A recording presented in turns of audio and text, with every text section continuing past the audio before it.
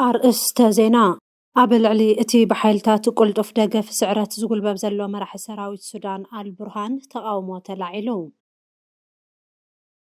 منقست يمن قبل علي إسلاماوي جهاداو حتي سقمتي وسيدو إسلاماوي جهاداو عطوق إزبولا ناي ليبانوساويان كأند حادقا مخانو تحبيرو سلام متعزبت تلفزيون هاجر حماسين زيناتات زعلت زغربلكم أسمرت رؤسومي نكتكتاتلو بخبر نعدمكو ناب زرزر زينا كحلف قبل علي اتي بحيلتات قلطف دقف سعرات زقل باب زلو مراحي سراويت السودان البرهان تقاومو تلعيلو قبل تحت قطر زنبرو كبابيتات بلو نايل قدمي حيدات معالتات بحمدان داغالو استمنتله مراحي سراوي السودان عبد الفتاح البرهان نزررب قرب كم زخونه انت حبرون تقاومو اقاطمو والله بز مخنيات اب منغو بوليتيكنياتات السودان عابي افلالاي تفتيرو اتي نسعرتو نمكحاس كاب تركي درونات نمغزاء نجنرالو ناب ترك السدد البرهان اب تزررب زخونه يخناي وصا حيل كساتف كم زي فقد ارغاغيصو حدا جنرال سراوي السودان ناي درون عدقيت نمقبار ناب تركي كيدولو قدم كبل سعوديا نعدقيت اطوار زخون غنزب كم زهابتو تفليطيو سعوديا ايران تركن قند مولتي البرهانين كنات السودان هاجرات ماكلاي مبراق كلتو گجله فطيرن زنحان حلو زلوا بيدازور زغبر وقيو امارتون بحمدان داغالون زمرا حيلتات قلطف دغف كم تحجز هي نجر لومقنا بزحات اقدست كبابيتات بحمدان داغالو زمنطل زلو البرهان نزوباون اهغراون قلبن مسحب بزعبا زته يزاربالو البرهان مس ኢትዮጵያ ተዳቡን አብ ብሉናይል ተርከብን ኩርሙክ ትበሃል አገዳሲት ከተማ ቀድሚ ሒደት መዓልታት ተመንጤሉዩ አልቡርሃን ናይ ካልኦት ሀገራት ሰራዊት ቆፂሩ የዋግእ ከም ዘለውን ይፍለጥ አብ ኩናት ዝተማረኹ ናይ ካልኦት ዕጡቃት ሰራዊት በተደጋጋሚ ተራእዮም እዮም ኢሳያስውን ንሰራዊት አልቡርሃን ታዕሊም ይህብ ከም ዝነበረ ማዕኸናት ዜና ይሕብራ ነይረን አብ መንጎ ሰራዊት ሱዳንን ሓይልታት ቅልጡፍ ደገፍን አብ 2023 ዝተጀመረ ኩናት ነታ በዓሌትን በእምነትን ዝተኸፋፈለት ሱዳን ናብ አዝዩ ከቢድ ሰብአዊ ቅልውላው እትይዋሎ ንህዝባ ዝምግብ እኹል ጸጋታት ዘይብላ ሱዳን ክትበታተንያ አልቡርሃን ነቶም ስዕረትና ጎልበብዎ ዝርከቡ ሓይልታት ቁልጡፍ ደገፍ ናብ ስልጣን ክመጹ ከም ዘይብሎም አፍሊጡ ሓይልታት ቁልጡፍ ደገፍ ግና ቀጻል ዕላማኦም ንዋና ከተማ ሱዳን ካርቱም ንምቁጽጻር ከም ዝኾነ ይሕብሩለው ሰራዊት አልቡርሃን ናብ ምክልኻል ክሸጋገሩ ተገዲዶም ኣለው አልቡርሃን በቶም ናይ እስላም ጅሃዳውያን ማሕበር ከም ዝድገፍ ይፍለጥ አልበሽሩን ደጋፊዮም ነይሩ አልበሽር ኣብ ስልጣን እናሃለወ ንብዙሓት ጸለምቲ ብጅምላ ጨፍጭፉ እታ ሃገርውን ማእከል ጅሃዳውያን ገይሩዋ ጸኒሑ ንኣብነት መራሒ አልቃይዳ ዝነበረ ቢንላደን መርበባቱ ዝዘርግሐ ኣብ ሱዳን ኮይኑ ሎሚ ሰራዊት ሱዳን ኣብ ዝተፈላለዩ ግንባራት ዝበጽሐ ዘሎ ስዕረታት ንምሽፋን ምስሉ ንምቕያርን ሓደሽቲ ዛዕባታት ይፈጥር ኣሎ ነዚ ናይ አልቡርሃን ፕሮፓጋንዳ ስዒቡ ኣብ መንጎ ፖለቲከኛታት ሱዳን ዓብይ ምፍልላይ ተፈጢሩ እዩ ብዓብደላ ሓምዶክ ዝምራሕ ሰልፊ ኣብ ውሽጢ ውግእ ዝግበር ዘተ ፍታሕ ከም ዘየምፀ ብምሕባር ነቲ በአልቡርሃን ዝተጸውዐ ሙስሊምነት ዘለዎ ዘተ ነጺግወሎ ሰራዊት ሱዳን ኣብ ዝተቆጻጸሮ ግዝኣት ጥራይ ዝግበር ዘተ ንሱዳን ዝብትንን ነቲ ኣብ ሱዳን ዘሎ ሰብአዊ ቅልውላው ክቅጽል ዝገብርን ከም ዝኾነ መራሒ እቲ ሰልፊ አጠንቂቁ በዚ ምክንያት አልቡርሃን ኣብ ሱዳንን ኣብ ዞባን ክህልዎ ዝኽእል ቦታ እናሰኣነ ይኸይድ ኣሎ እቲ ሓሳውን አንድነታዊ ኢሳያስ ሱዳን ዘይለኣም ጸጋታት ከም ዘለዋ ገይሩ ክነግረና ይፍትን ሱዳን ግና ንህዝባ ዝቅልብ ጸጋታት ዘይብላን በዓሌታትን በሃይማኖታትን ዝተመቃቀለትያ ካብዚ ብተወሳኺ ኣብ ሱዳን ናይ እስላማዊ ጅሃዳውያን ምንቅስቃስ ኣሎ ምንትዚ ኣብ ሱዳን ዘሎ ግርጭት ጠጠው ክብል ኣይኽእልን ወይ ድማ ሱዳን ክትበታተንያ መንግስት የመን ኣብ ልዕሊ እስላማዊ ጅሃዳዊ ሁቲ ስጉምቲ ወሲዱ ወታደራውያን ሓይልታት መንግስቲ የመን ኣብ ልዕሊ እስላማውያን ጅሃዳውያን ሑቲ ኣብ 133 ዕላማታት ዝነጻጸሩ ወታደራዊ ስርሒታት ከም ዘካየዱ ኣፍሊጦም እስላማዊ ጅሃዳዊ ሑቲ ኣብ ልዕሊ መንግስቲ የመን ደብዳባት ከካይድ ቀኒኦም ብድሕሪ እዚ ናይ የመን ወታደራዊ ሓይልታት አንጻር እቲ እስላማውያን ጅሃዳውያን ሑቲ ን133 ወታደራዊ ዕላማታት ዝነጻጸሩ ወታደራዊ ስርሒታት ኣካይዶም እቲ እስላማዊ ጅሃዳዊ ዕጡቅ ኣብ ልዕሊ የመን ኣብ ዘካየዶም ደብዳባት ንሰላማውያን ሰባት ቀቲሎም ኣብታ ኣብ ቁጽጽር መንግስቲ የመን ትርከብ ከተማ ማሪብ በድሮናትን በባላስቲክ ሚሳይላትን ዝተሓገዘ ደብዳባት ተካይዶም እቶም ናይ ሑቲ ደብዳባት ኣብ መንጎ መንበረ ኣባይት ናይ ሰላማውያን ሰባት ሓሪሞም ብሰንኪ ደብዳብ ድማ ብዙሓት ዝሞቱን ዝቆሰሉን ሰላማውያን ሰባት ኣሎም እቲ ኣብ ልዕሊ ሰላማውያን ሰባት ዝተካየደ ደብዳብ ብለይቲ ዝተካየደ ነይሩ ማሪብ ካብ የመን በዝሒ ተመዛበልቲ ዝርከቡላ ከተማ ኮይና ካብዚ ብተወሳኺ ናይ ስዑድያ መርከብ ከም ዝወቅዑን ይተሓቢሩ ነይሮም ወሃብ ቃል መንግስቲ የመን ማጅድ አልኑዛይኒ ኤክስ ኣብ ዝተባሃለ ማሕበራዊ መራኸቢ ኣብ ዘስፈሮ ሓበሬታ ወታደራት የመን ናብ ልዕሊ ጅሃዳዊ ዕጡቅ ኣብ ዘካየዱ ስርሒት ከበድ ተጽዋር ሮኬት መዳፍዕን ድሮናትን ተጠቂሞም እዮም እቲ ኣብ ልዕሊ ጅሃዳዊ ዕጡቅ ዝተወስደ ስርሒት ዕውት ከም ዝነበረ እውን ተፈሊጦም እቲ ወታደራዊ ስርሒት ዝተሳተፉ በተሳትፎቶም ኣብ ቅድመ ግንባር ተሰሊፎም ዝነበሩ ክፍለ ሰራዊት ክብል እቲ ወሃብ ቃል ወሲኹ ሓቢሮም ሑቲ ኣብ 9 ሰዓታት ዝተመስረተ እስላማዊ ጅሃዳዊ ዕጡቅ ጉጅለ ኮይኑ ብድሕሪኡ እውን ኣብ ኩናት ሓደ ቀንዲ ተዋሳኢ ብምዃን ኣብ ልዕሊ ሰላማውያን ሰባት ጅሃድ ይፍጽም ስለዝነበረ ክኹነን ጸኒሖም እቲ ብኢራን ዝምወል እስላማዊ ጅሃዳዊ ሑቲን ዋና ከተማ የመን ሰንዓ ሓዊሱ ንመብዛሕትኡ ከተማታት ሰሜን የመን ተቆጻጺሩ ይርከብ እስላማዊ ጅሃዳዊ ዕጡቅ ሒዝቦላ ናይ ሊባኖሳውያን ቀንዲ ሓደጋ ምዃኑ ተሓቢሩ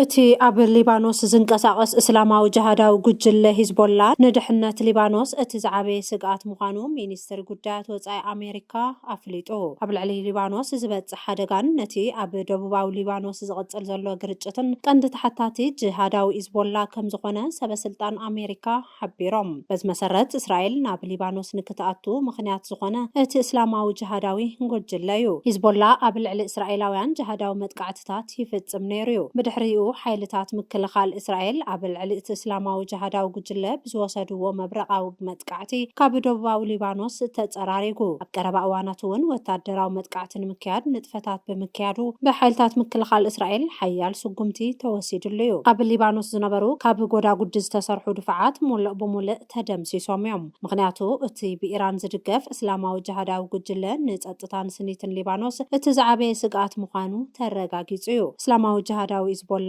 እቲ ቀንዲ ናይ ሊባኖስ ቁጠባዊ ሕውየት ዓንቃፍን መበላሸው ምስሊ ሃገርን እውን እዩ እቲ ናይ ሊባኖስ ቀንዲ ናይ ጸጥታ ስግኣት ዝኾነ ጉጅለ ዕጥቁ ክፈትሕ ከም ዘለዎ ሰበስልጣን ኣሜሪካ ኣተሓሳሲቦም ነዚ ንምትግባር መንግስቲ እቲ ሃገር ገለገለ ከባቢታት ክቆጻጸር እዩ እስራኤል እቲ እስላማዊ ጅሃዳዊ ጉጅለ ዕጥቁ ምፍትሑ ኣብ ሊባኖስ ሰላምን ሕውየትን የምጽኡ ዝብል እምነት ኣለዋ እስራኤልን መንግስቲ ሊባኖስን እስላማዊ ጅሃዳዊ ጉጅለ ሂዝቦላ ዕጥቁ ንምፍታሕ ኣብ ኣሜሪካ ዝርርብ ክገብሩ ጸኒሖም እዮም እቶም በሓለዋ ሰውራ ኢራን ዝምወሉ እስላማውያን ጅሃዳውያን ንኣሜሪካን ንእስራኤልን ካብ ካርታ ናይ ዝኣህጉር ንምሕኳኽ ለይትን ቀትርን ይሓልሙ ምክንያቱ ናይ ኣስላም ዕላማ ንኣህጉርና ናይ ዓረብ ጥራይ ምግባር እዩ ምክንያቱ እስልምና ብዛዕባ ምስፍሕፋሕ ናይ ዓረባውነት ባህሊ እዩ እዚ ድማ ኣከዳድናታት ናብ ጀለቢያን ሕጃብን ንልሳናት ናብ ዓረብ ንምዕራባዊ ስልጡን ሕግን ስርዓትን ናብ ሸሪዓ ንምልዋጥ እዩ ይኹን እምበር ኣሜሪካን እስራኤልን ኣካል ናይ ትጅዶ ክርስትና ክብርታት ዘለዎ ልዑል ስልጣነ ሃገራት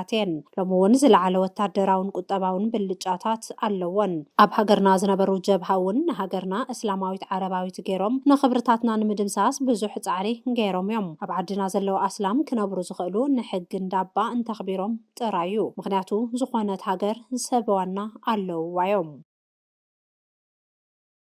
ኣብ መንጎ ኣሜሪካን ኢራንን ዘሎ ወጥሪ ቀጻላይ ከም ዝኸውን ተፈሊጡ ፕሬዚደንት ኣሜሪካ ዶናልድ ትራምፕ ምስ ኢራን ሓድሽ ስምምዕነት ንምኽታም ከም ዘይሓጽእ ተዛሪቦም ኣሜሪካን ኢራንን ናብ 17 ሰነ 2026 ተኹስ ናይ ምቁራጽ ስምምዕ ገይረን እየን እቲ ስምምዕ ንሱሳ መዓልታት ዝቕጽል ነይሩ ብድሕሪኡ ብዛዕባ ሓድሽ ዝርርብ ይኹን ነቲ ግዜ ንምንዋሕ ዝተገብረ ስምምዕነት የለውን ኣብ እዋን እቲ ተኹስ ጠጠው ናይ ምባል ስምምዕ እውን እቶም ብኢራን ዝምወሉ እስላማውያን ጅሃዳውያን ሑቲን ሂዝቦላህን መጥቃዕቲ የካይዱ ነይሮም እስላማዊ ጅሃዳዊ ሑቲ ኣብ ልዕሊ መንግስቲ የመንን ስዑድያን ደብዳባት ከካይድ ቀኒዮም ሂዝቦላ እውን ኣብ ልዕሊ ኢራን ጅሃዳዊ መጥቃዕቲ ንምክያድ ወታደራዊ ምንቅስቓስ ይገብር ከም ዝነበረ ተሓቢሮም ትራምፕ ግና ኣሜሪካ ምስ ኢራን ሓድሽ ውዕሊ ንምኽታም ከም ዘይተሃጽጽ ንፎክስ ኒውስ ተዛሪቦም መሻርክቲ ኣሜሪካ ዝኾነት ኦማን ንኽልቲአን ሃገራት ናብ ዘተ ንምምጻእ ትሰርሕ ከም ዘላ ተፈሊጡ እዮም ኣሜሪካ ኣብ ልዕሊ ኢራን ከቢድ ወታደራዊ ዕንወት ኣውሪዳ እያ ሎሚ ኣሜሪካ ንኢራን ብቁጠባዊ ጸቕጥታት ንምድኻም ትሰርሕ ኣላ ኣሜሪካ ኣብ ልዕሊ ኢራን ዘንበረቶ እገዳን ከበባን ኢራን ተዳኺማ ጠለባት ኣሜሪካ ንኽትማልእ ፍቃደኛ ክትከውን ትፅቢት ይግበረላ በዚ ድማ ንመዋቲ መንፈሳዊ መራሒ ኢራን ዓሊ ኻሜናይ ተኪኡ ዝመፀ ወዱ ንነበራት ኣዘዝ ሰራዊት ናብ ሓላፍነት በመምጻእ በሰንኪ እገዳ ኣሜሪካ ዝበፅሖ ጸቕጥታት ኣንፈቱ ንምቕያር ይፍትናላ ኣሜሪካ ንመስመር መራኸብ ንግዲ ዓጽያቶ ከም ዘላ ክትሕብር ጸኒሓ እያ ቅድሚ ኩናት ኣሜሪካ እስራኤልን ኢራንን ልዕሊ 20 ሚታዊት ናይ ተፈጥሮ ነዳዲ ዓለም ብሆርሙዝ ይሓልፍ ነይሮም ምዕጻው ሆርሙዝ ዞባውን ኣህጉራውን ጸቕጥታት ፈጢሩላ ኣብ ክልተን ሃገራት ዘሎ ወጥሪ ኣብ ሃገራት ማእኸላይ ምብራቕ ኣዝዩ ከቢድ ቁጠባውን ናይ ጸጥታ ጸቕጥታትን ዝፈጥር እዮም እቲ ኩናት ምስ ተጀመረ ዋጋ ነዳዲ ብኣህጉር ደረጃ ክቢሎም ናይ ገለገለ ሓለኽቲ ነገራት ዋጋ እውን ወሲኹ ነይሮም ካብዚ ብተወሳኺ ከም ሂዝቦላ ሕውትን ምልሻታት ኢራቅን ዝበሉ ሰላማውያን ጅሃዳውያን ዕጡቋት ኣብ ልዕሊ እስራኤልን መራኸብ ቀይሕ ባሕርን ምጥቃዕታት ጀሚሮም እዮም በዚ ምኽንያት ድማ ኣብ ደቡባዊ ሊባኖስ ኣብ መንጎ እስራኤልን ሂዝቦላህን ጎንፂ ንኽልዓል ምኽንያት ኮይኑ እዮም ሕውቲ ብወገኑ ንመራኸብ ቀይሕ ባሕሪ ብምጥቃዕ ኣብ መስመር ንግዲ ቀይሕ ባሕርን ኣብ ተወሰነ ናይ ባቤል መንደብ መጻብቦን ወጥሪ ክሕይል ገይሩሎም ዞባ ቀይሕ ባሕሪ ብዙሓት ዓበይቲ ሃገራትን ሃገራት ዕራብን ዝናሓናሓሉ ኣገዳሲ ዞባ ኮይኑ ኣሜሪካ ሩስያን ቻይናን ኣብ ዞባ ቀይሕ ባሕርን ዝናሓናሓ ሓያላት ሃገራት እየን እስራኤል ሰዑድያ ቱርኪ ኢማራት ኢራንን ድማ ኣብቲ ዞባ ዘለዋ መናሕንሕቲ እየን ዛጌድ ድማ ንቕልውላዊ ማእኸላይ ምብራቕ ፍታሕ ዝኸውንን ዝተኣመንን መፍትሒ ኣይተረኽበን ዘሎም በዚ ምኽንያት ናይ ማእኸላይ ምብራቕ ቅልውላው ቀጻላይ ኮይኑ በኣንጻሩ ተቀይሕ ባሕሪ ውሕስ ንምግባር ወሳኒ ተራ ክትጻወት ትኽእል ዝነበረት ሃገርና ድማ ብሰንኪቲ አንድነታውን ሓሳድን ኢሳያስ ጽልዋ ከተሕድር ዝግባእ ክብሪ ክትረክብን ይከኣለተን ኢሳያስ ምስተኣለየ ግና ሃገርና ቀንዲ መሻርክቲ ኣሜሪካ ክትከውን እዮም ሃገራት ማእከላይ ምብራቕ ካብ ኣሜሪካ ወፃኢ ዘለዉ ዲፕሎማስያዊ ምርጫታት ንምርኣይ ከም ዝጀመራ ተሓቢሩ እስላማዊ ሓለዋ ኢራን ከበድቲ ደብዳባት ክገብረለን ዝጸንሐን ኣብ ግዝኣተን ናይ ኣሜሪካ ወታደራዊ ማዓስከራት ዘለውወንን ሃገራት ማእኸላይ ምብራቕ ካብ ኣሜሪካ ብተወሳኺ ካልኦት ዘባዊ ናይ ጸጥታ ስምዓት ኣብ ምግባር ይርከባ እዚ ድማ ምስቲ ናይ ኣሜሪካ ንወፃኢ ሃገራት ትገብሮ ኩሉ ዓይነት ሓገዝ ብምንካያን ኣብ ውሽጣዊ ጉዳያታ ከተድህበለዋ ዝብል ናይ ትራምፕ ፖሊሲ እንተተሓሒዙ ኣሜሪካ ናብዘን ናይ ማእኸላይ ምብራቕ ሃገራት ትገብሮ ዝነበረት ትኹረት ብምቕናሳ እዩ ኣሜሪካ ኣብ ዞባ ማእኸላይ ምብራቕ ዘለዉ ጅሃዳውያን ኣብ ምክልኻል ወሳናይ ተራ ክትጻወት ጸኒሓ እያ ንኣብነት ነቶም ነቲ ዞባ ዝሕምሱ እስላማውያን ጅሃዳውያን ሓማስ ሑቲን ሂዝቦላህን ትምውል ኢራን ብወታደራውን ብቁጠባውን ጸቕጥታት ተዳኽማላ ኢራን ካብ 1979 ማለት እውን ቅድሚ 47 ዓመታት ኣትሒዛ ብእስላማዊ ሓለዋ ሰውራ ምምራሕ ካብ ትጅምር ንድሓር ንእስላማውያን ጅሃዳውያን ብምድጋፍ ናይ ሃገራት ማእከላይ ምብራቕ ቀንዲ ጸላኢትን ሓደጋን ኮይና ጸኒሓ እያ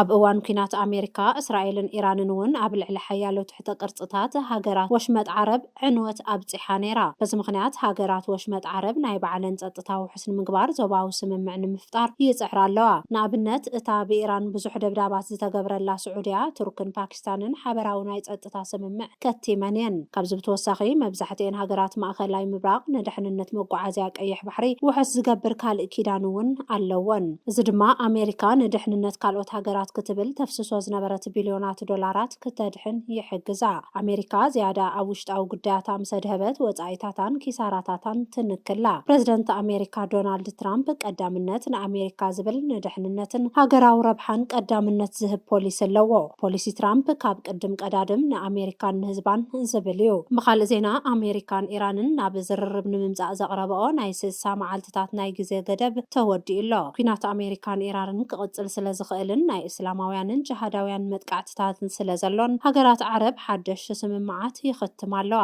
እቲ ብኢራን ዝምወል እስላማዊ ጅሃዳዊ ሕቱ እውን ኣብ ልዕሊ ስዑድያ ደብዳብ ጀሚሩ ኣሎ ቅድሚ ሒደት መዓልታት ሓንቲ ናይ ስዑድያ መርከብ ብሑቲ ተሃሪማ እያ ካልእ ዜና ምስ ቤንያሚን ኔታንያሁ ኣብ ኢየሩሳሌም ዝተራኸበ ዋና ልኡኽ ፕሬዝደንት ትራምፕ ጀራርድ ኩሽነር ምስ መራሒ ሓማስ ኻሊል አልሓያ እውን ኣብ ካይሮ ተራኺቡ ዕላማ ምብጻሕ ጀራርድ ኩሽነር ኣብቲ ንሓማስ ዕጥቁን ምፍታሕ ዝተጀመረ ዝርርብ ዘተኮረ እዩ ብመብረቓዊ መጥቃዕቲ ሓይልታት ምክልኻል እስራኤል ከቢድ ዕንወት ዝበጽሖ ጅሃዳዊ ሓማስ ዕጥቁ ክፈትሕ ይዛት ኣሎ ሓማስ ብኢራን ዝምወልን ምስ ፍሕፋሕ ኣስላምን ምጽናት ክርስትናን ዕላምኡ ዝገበረ እስላማዊ ጅሃዳዊ ዕጡቕ እዩ ኢራን ኣብ ዒራቅ ንዘለዉ ሚሊሻታት እውን ተጠቅዕላ ኣብ መጻብቦ ሆርሙዝን ኣብ ባቢኤል ሜንዴብ መስመር ቀይሕ ባሕርን ዘሎ ወጥሪ እናሓየለ ይኸይድ ኣሎ ኣሜሪካ ኢራን ብሆርሙዝ ንዝሓልፋ መራኽብ ቀረጽ ክትኸፍል ፍቓደኛ ኣይኮነትን ኣብቲ ዞባ ዝነበረ ወጥሪ እናገደደ ይኸይድ ኣብ ዘለሉ እዋን ሓደሽቲ ናይ ዲፕሎማሲ ምዕባለታት ይፍጠሩለው። ኣሜሪካ በቲ ካብ ውሽጢ ንደገ ዝብል ሓድሽ ናይ ሕሩራት ሃገራውያን ፖሊሲ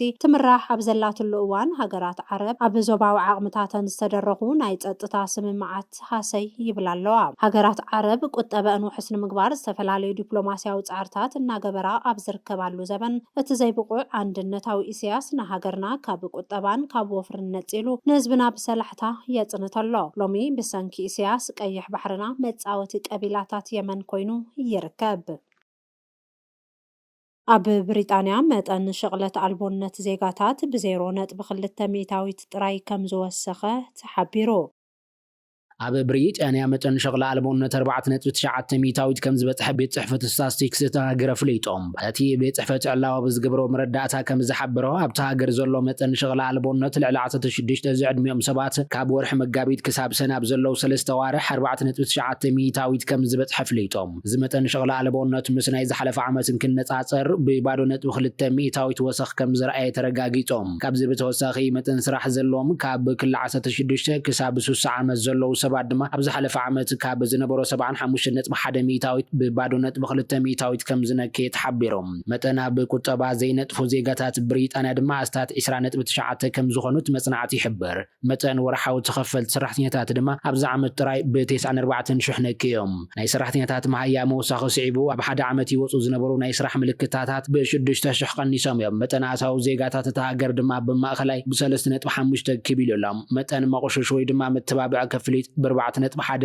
ሚእታዊት ወሲኾም። ኩለን ሃገራት በብዓመቱ መጠን ሸቕለ ኣልቦነትን መጠን ኣታዊ ናይ ዜጋታትን ይጽንዓየን። ካብቶም መጽናዕትታትን ውጽኢታቶምን ተመርኩሰን ድማ መነባብሮ ሕብረተሰብ ንምምሕያሽ ዘኽእሉ ፖሊሲታት ቀሪፀን ተግባራዊ ይገብራ። ብዙሓት ፖለቲከኛትን ሰልፈኛታትን ሸቕለ ኣልቦነትን ቁጠባን ዝብሉ ፖሊሲታት ከም ቀንዲ ናይ ምርጫ መናሓንሒ ከልዕልዎም ጸኒሖም እዮም። ምኽንያቱ ቁጠባ ናይ ሓንቲ ሃገር ዓንዲ ሕቆ እዮም። ሃገራት ወፍረታት ብምስሓብ ንዜጋታትን ስራሕ ዕድላብ ምፍጣር ዕዳጋ ብምርጋዕን ብዕቱብ ይሰርሓ። ዜጋታት ሓንቲ ሃገር ዝያዳ ዘገድሶም ቁጠቦም ዘዕብየሎምን ሰላምን ምርጋዕን ዝፈጥረሎምን መንግስቲ እዮም። ምኽንያቱ ብዘይ ኢኮኖሚ ክብረት የለን። በአንጻሩ ሃገርና ብሰንኪ አንድነታዊ ኢሳያስ ዝኾነ ይኹን ናይ ስራሕ ዕድል የለን። በዚ ምኽንያት መንእሰይ ሃገርና ኣብ ፈቆዶ ኤውሮፓን ኣሜሪካን ከምኡውን ናብ ዩጋንዳን አንጎላን ተበቲኖሎም። አንድነታዊ ኢሳያስ ንሃገርና ካብ ልምዓት ካብ ቁጠባን ስለ ዝዓጽዋ ኣብ ሃገርና ዘሎ መጠን ሸቕለ ኣልቦነት ንኽጽናዕ ፈቃደኛ ኣይኮነን። ኢሳያስ ንህዝብና ብቁጠባ ብምድኻይ ናብ ባርነት ኣትዩ ብሰላሕታ ኣጽኒትዎ እዮም። ኢሳያስ ካብ ስልጣኑ ኣሊና ንሃገርና ማእኸል ወፍረታት ብምግባር መነባብሮ ህዝብና ክነመሓይሽ ኢና።